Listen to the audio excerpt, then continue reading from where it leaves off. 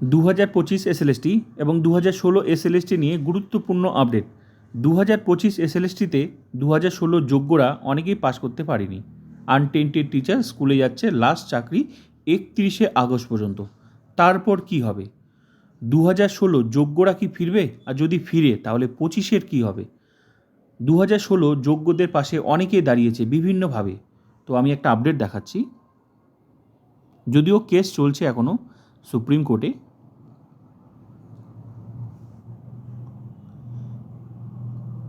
SSC চাকরি পাওয়ার বিশ্বাসযোগ্যতা ফিরিয়ে আনা জরুরি।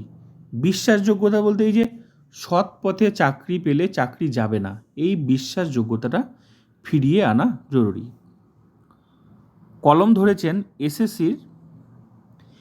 এসএসসির যোগ্য চাকরিহারাদের আইনি সহায়তা প্রদান, নিয়োগ প্রক্রিয়ায় স্বচ্ছতা ও দুর্নীতিমুক্ত ব্যবস্থা নিশ্চিতকরণ এবং যোগ্য প্রার্থীদের মেধার সঠিক মূল্যায়নই চাকরি পাওয়ার বিশ্বাসযোগ্যতা ফিরিয়ে আনার একমাত্র পথ।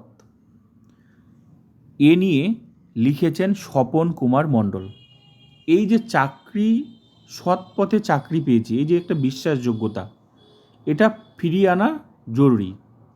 কলম ধরেছেন স্বপন কুমার মণ্ডল।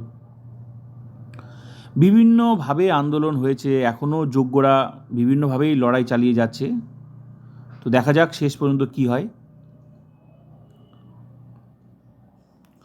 যোগ্য চাকরিহারাদের পাশে দাঁড়ানোর জন্য রাজনৈতিক দলগুলোর মধ্যে শুরু হয়ে যায় তীব্র প্রতিযোগিতা।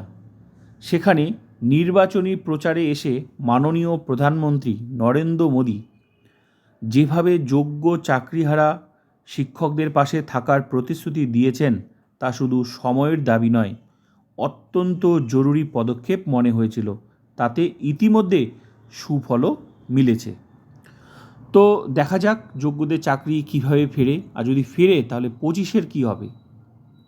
তো আমার যেটুকু মনে হচ্ছে 2016 যোগ্য, যেহেতু তারা আনটেন্টেড টিচার স্কুলে যাচ্ছে, আমার মনে হচ্ছে তাদের চাকরি ফিরলে 25-এর কোনো ক্ষতি হবে না। তাদের সিট, তাদের চাকরি তারা ফিরে পাবে। 25-এর জায়গায় থাকবে। যারা এখানে পাস করেছে, যারা এখানে চাকরি পেয়েছে, তারা তাদের সিটে থাকবে।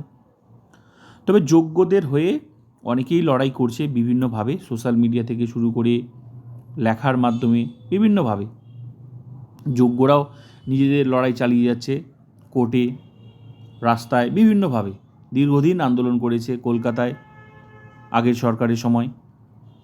তো দেখা যাক যোগ্যদের চাকরি ফিরে কি ফিরে না। তো আমার যেটুকু মনে হচ্ছে চাকরি ফেরার সম্ভাবনা আছে 2016 যোগ্যদের চাকরি, যেহেতু তারা আনটেন্টেড টিচার্স স্কুলে যাচ্ছে সুপ্রিম কোর্টের অর্ডার মতো 31শে আগস্ট। সুপ্রিম কোর্টে তাদের কেসও আছে, কিউরেটিভ এখনও রেজাল্ট হয়নি কিউরেটিভের।